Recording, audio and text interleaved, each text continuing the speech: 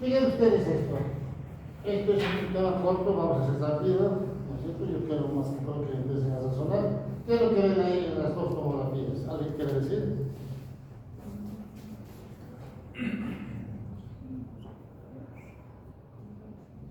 Entrenamiento.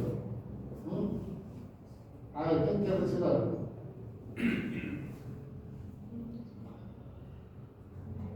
¿Quién se anima? ¿Qué ves acá?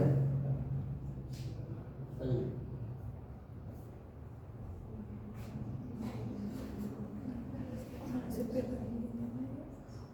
¿Y vos qué ves acá?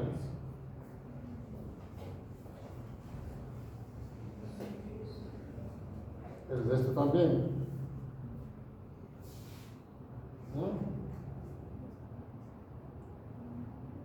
¿O no se ve nada? Sí, sí.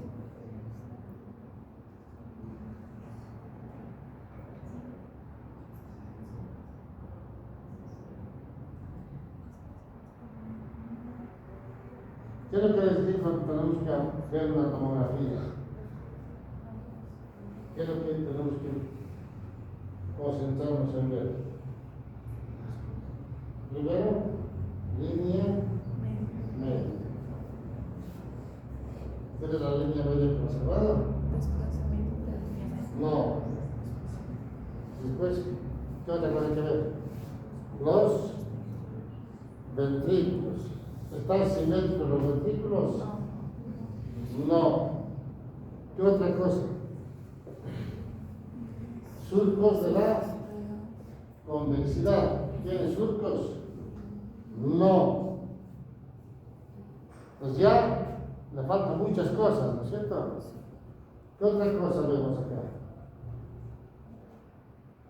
Imagen hiperdensa.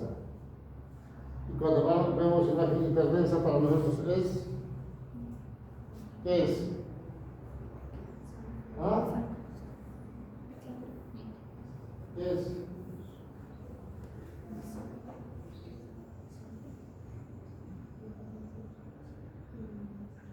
Sangre o hueso, no hay otra, ¿no es cierto?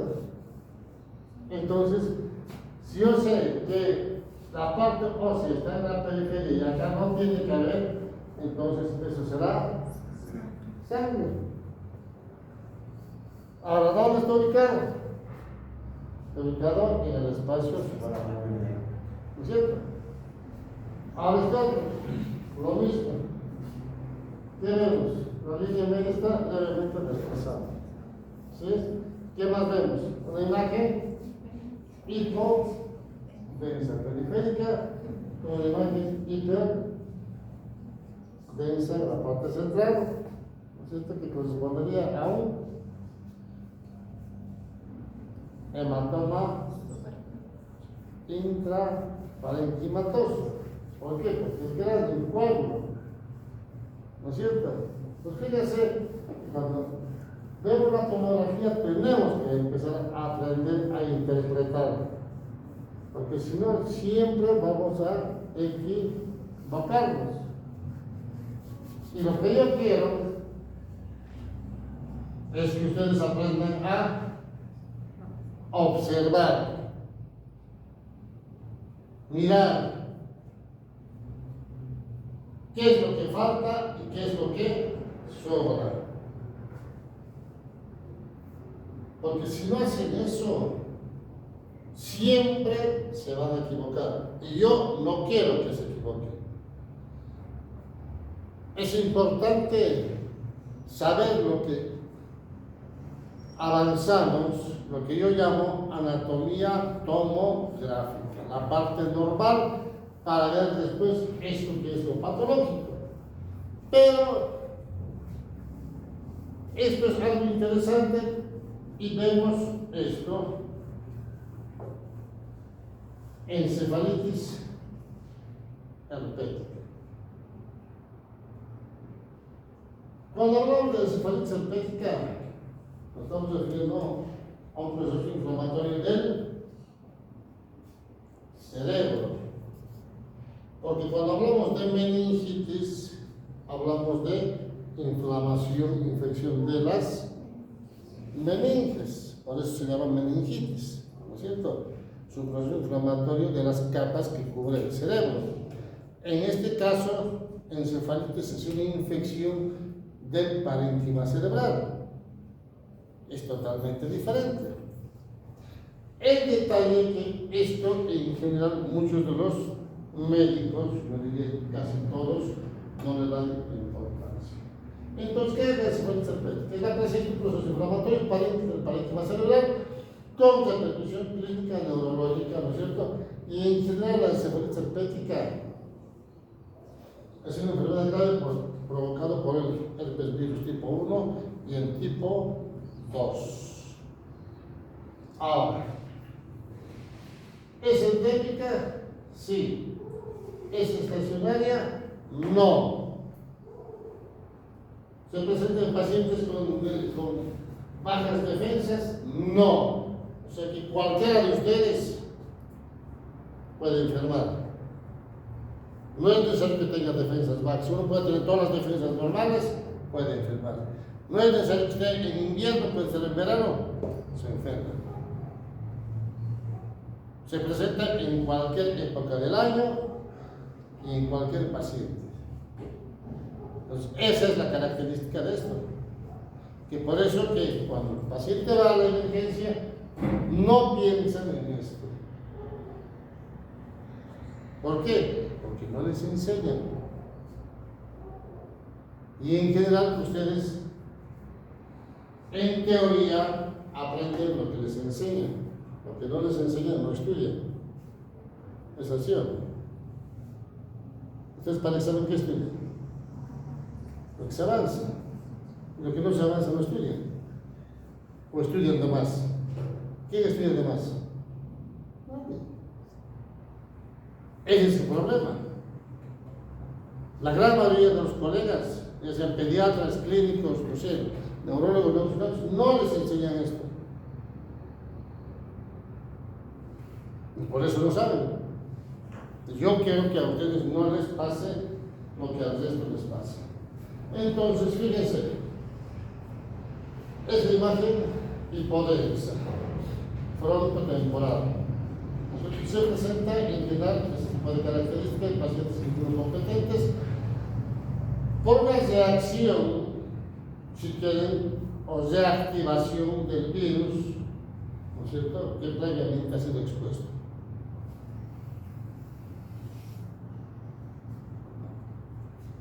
Y las enfermedades en general no es en total, es en general siempre localizado. Entonces, cuando nosotros vemos esto y no sospechamos o no hacemos el tratamiento correspondiente, porque yo veo esto, seguramente si les pregunto, te van a decir que es un infarto cerebral, una hipodensa, ¿no es cierto? Pero si no le hago el tratamiento, estos pacientes tienen del 70 al 90% de mortalidad, se mueren. Entonces van a ver en algún momento, van a ver pacientes con supuesto infarto cerebral, hacen fiebre, no saben de dónde viene la fiebre, y a los 3 días se mueren. No saben, pero su corazón estaba bien, no tenía, el pulmón estaba normal, su riñón estaba bien, función hepática bien, ¿por qué se murió? Por encefalitis. Fíjense ustedes. Entonces, cuando hablamos de encefalitis herpética en general, para que entiendan, si ustedes van a agarrar algún artículo, no me gustaría que lo agarren ustedes, encefalitis nada más. Ustedes ¿qué leen? Yo ya me enteré, la mayoría de los estudiantes leen Wikipedia, ¿no? Eso es lo que más sacan, está ahí, la información totalmente equivocada. No, tienen que hacer artículos de revistas serias, ¿no? Y artículos de los últimos 5 años, no de acá a 10, atrás, 15 años atrás. Esa es la mejor información actual. Entonces, si ustedes sacan encefalitis, van a ver una lista larga de enfermedades que van a provocar encefalitis. Hay una lista larga. La gran mayoría se cura. No son tan agresivos como esto. Este es el único que va a provocar lesiones en el cerebro por el herpes virus. Entonces, cuando hablamos de esto, hablamos del herpes virus tipo 1 y el tipo 2. El tipo 2 en general afecta a los recién nacidos.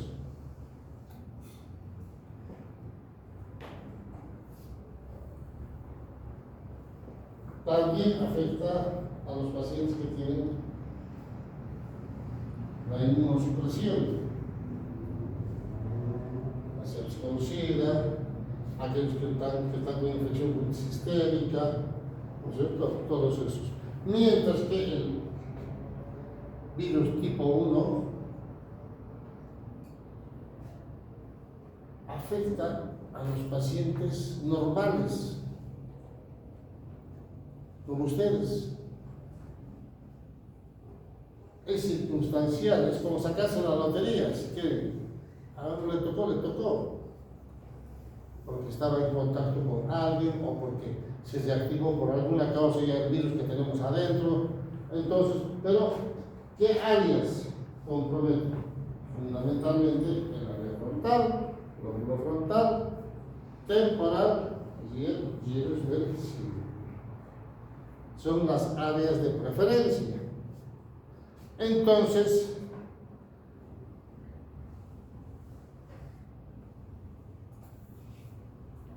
esto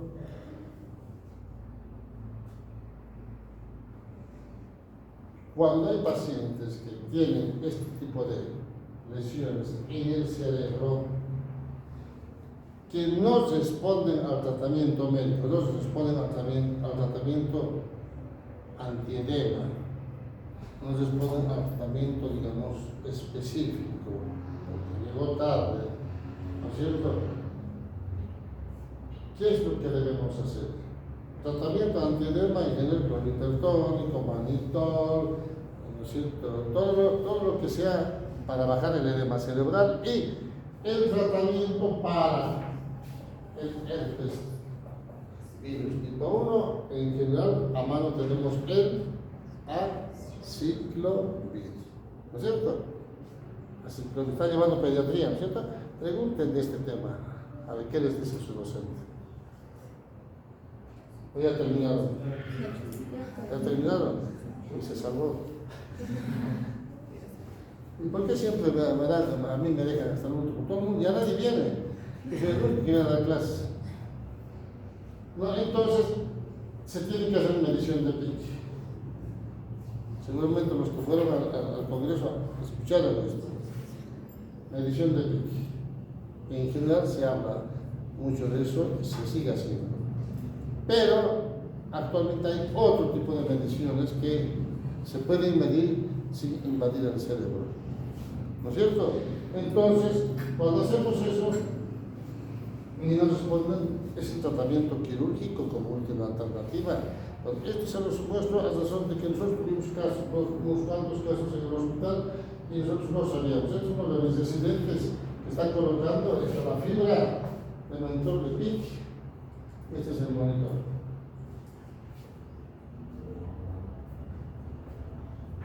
Entonces, ¿qué es lo que hacemos? Ya es el pacientito, ya con la fibra, con el registro ahí y su tomografía es esta. Encefalitis. Entonces, revisamos los artículos y había muy poca publicación. Muy pocos reportes, digamos, de qué es lo que se hacía después, cuando ya no respondía. Entonces empezamos a hacer cualquier resto de los casos. Había 6 casos reportados y nosotros teníamos esto, se lo voy a mostrar rápidamente. Es una pacientita de 10 años que ingresó. ¿Por qué? Fíjense ustedes, totalmente disparejo la clínica. Fiebre, dolor abdominal, nada tiene que ser con la cabeza, ¿no es cierto? Confusión, convulsiones, 8 días de evolución, esta asistencia respiratoria mecánica con un grado de 7. Con 2 días de ciclovir. Algún pediatra lúcido pensó en eso y se lo puso a ciclovir. Mejor. Entonces, el líquido cefalorraquídeo, proteínas contra elevados, la glucosa más o menos bien, elementos tales altos, una PIC de 40. PIC de 40 es incompatible con la vida. Mayor de 20 ya es hipertensión. Entonces, fíjense ustedes, están invadiendo al otro lado su cerebro. Tenemos esto para que vean. Este es el captor de PIC para registrar la presión de la cabeza. ¿No es cierto? Y después de 3 días empieza a dilatar la pupila, o sea que no estaba respondiendo, se estaba muriendo si quieren. Entonces, ¿qué se realiza? Craniotomía descompresiva, sacar todo ese tejido infectado, polectomía, ¿no es cierto? La anatomía patológica sale de quirófano con PIC de 10, normal. De 40 bajamos a 10. Entonces, ¿qué es lo que se hizo? Se mandó a hacer la PCR en líquido cefalorraquídeo, pero no es la PCR de lo que conocen ustedes. Es la reacción de la cadena de la polimerasa. Es el PCR que se usó mucho, ¿no es cierto?, en la pandemia última. Es que todos buscaban PCR, ¿verdad? Es eso. Entonces, fíjense ustedes que los registros son normales. Ese era el cerebrito de la pobre pacientita, esta es la anatomía patológica, vamos a ir pasando rápidamente, ¿no es cierto? Su evolución favorable, fíjense cómo mejoró su cerebrito. 21 días de ciclovir, quedó con un déficit, parece braquiplural, izquierda y afasia, y se fue a la casa. Es importante llegar al diagnóstico para darle el mejor pronóstico al paciente. Fíjense, otro paciente, 23 años, lo mismo, fiebre, cefalea, confusión, vamos, clínica totalmente diferente a la otra, ¿no es cierto? 7 días de evolución, lo mismo, este sí tenía mejor que el otro. Tenía 10, pero no tenía tratamiento, porque nadie sospechó en un adulto. En los pediátricos, en general, sospecha, pero del adulto no sospecha. Entonces, fíjense, lo mismo, elementos tan elevados, proteínas más o menos, leucocitos también, linfocitos. 48 horas el paciente empieza a deteriorar, ingresa a respirador, 72 horas lo mismo, anisocoria. No responde al tratamiento, se pone muy inestable, se pone la tomografía, hipodensia temporal con transformación hemorrágica y desplazamiento de estructuras y compresión del tronco cerebral. Entonces, ¿qué es lo que se hace? Fíjense, cerebro hinchado, inflamado, se hace la plástica de una madre, esta es la anatomía patológica, áreas de necrosis. Fíjense, se sacó la polectomía, fíjense, le falta cerebro. Le sacamos el cerebro, el tejido infectado, su presión PIC se normaliza, 15 días de ciclovir, se extuba y al mes se va a la casa. Fíjense, esa es su presión, vamos a seguir, hicimos la cranioplastia para que vuelva a trabajar, ¿no es cierto? No me acuerdo si era mecánico, chapero, alguna cosa de esas, que volvió a trabajar. Porque su problema era derecho, o sea, no era de izquierdo. Fíjense, otro paciente, 3 años, femenino. ¿Qué es lo que tenía? Rechazo al alimento, fibra de deterioro. Nada más que eso. 14 días de evolución, 5 de grado. Mal. No tenía tratamiento, no pensaron. Y es mucho más comprometido el cerebro, bastante inestable,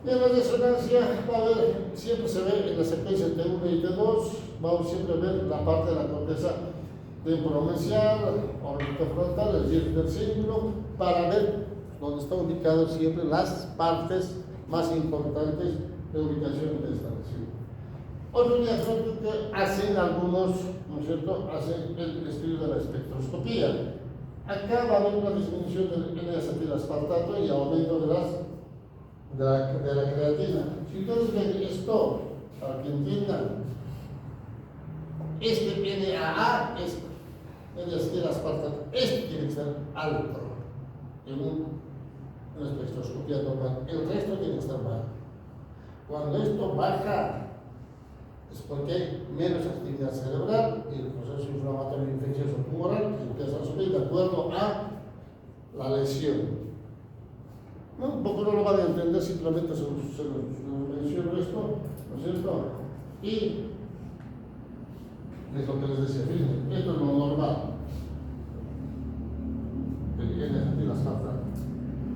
Esto es la colina, la creatina, que siempre están bajos, y allá fíjense totalmente diferentes, es patológico. ¿No es cierto? Entonces uno tiene que saber interpretar estas cosas y, ¿no es cierto?, ¿por qué demoramos en el diagnóstico?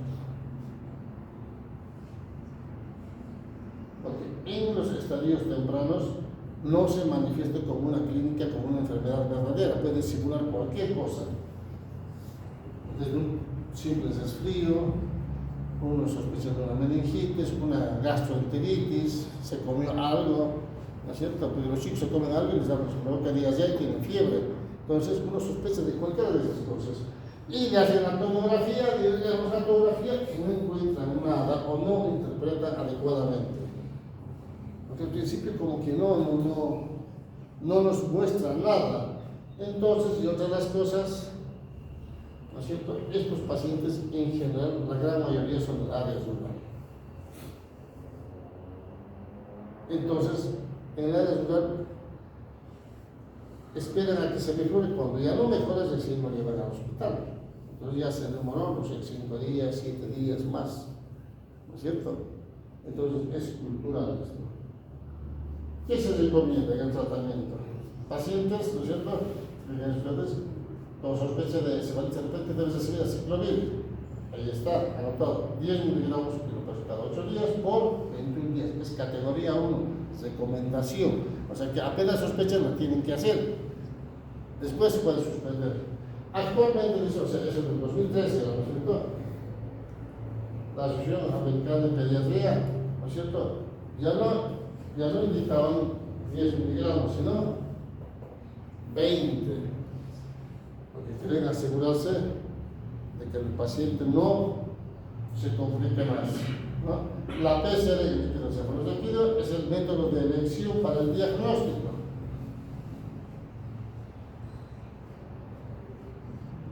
El cultivo, dice ahí, tiene poco valor para el diagnóstico porque se demora 10 días.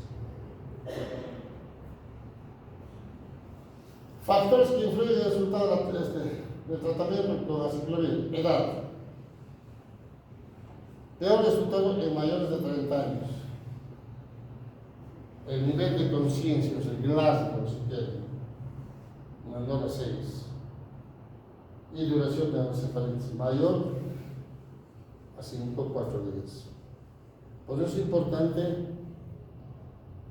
pensar, sospechar e iniciar el tratamiento con aciclovir. Yo prefiero 1000 veces que se equivoquen ustedes y le pongan aciclovir y después se lo saquen, no hay ningún problema. Es peor que no lo pongan y el paciente se complica. Por eso es que se los enseño. Fíjense ustedes, antes del 4º día, que no se olvide el 92%. Después del 4 días, 72%. Cuanto más demoramos, más probabilidad de que el paciente tenga fallecimiento. Bueno, es el cuadro de los pacientes que vimos. Y conclusiones. Tiene una alta mortalidad a pesar del tratamiento con aciclovir. Fundamentalmente el diagnóstico comienzo precoz del tratamiento con aciclovir, que es el indicado. Cuando no responde, a veces hay que hacer esto, la calentomía descompresiva para salvar el cerebro. Y obviamente, actualmente ya hay muchos casos reportados. Estamos revisando, creo que hay más de 300, los que encontré debe haber más. Pero antes, cuando nosotros estamos empezando a hacer esto, solo habían 6 casos reportados. Entonces, como que cada vez van optando medidas heroicas para rescatar al paciente, ¿no es cierto? Entonces, fíjense ustedes que estos son algunos de los artículos los que revisamos para, ¿no es cierto?, ver qué es lo que se puede hacer con este tipo de pacientes. Recuerden ustedes entonces, encefalitis, siempre tenemos que pensar que el paciente puede tener cuando no encaja en ninguna patología. Prefiero poner aciclovir, yo lo pongo aciclovir, más no sé, ampicilina, no sé, que pediatría que se usa de antibióticos.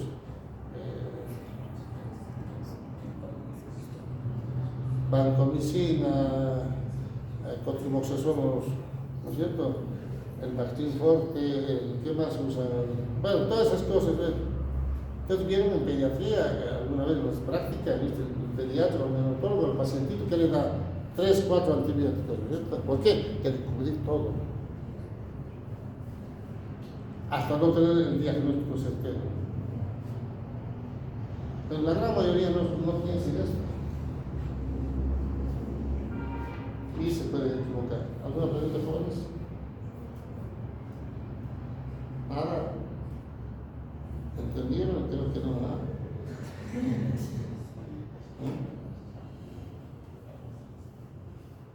¿Seguro?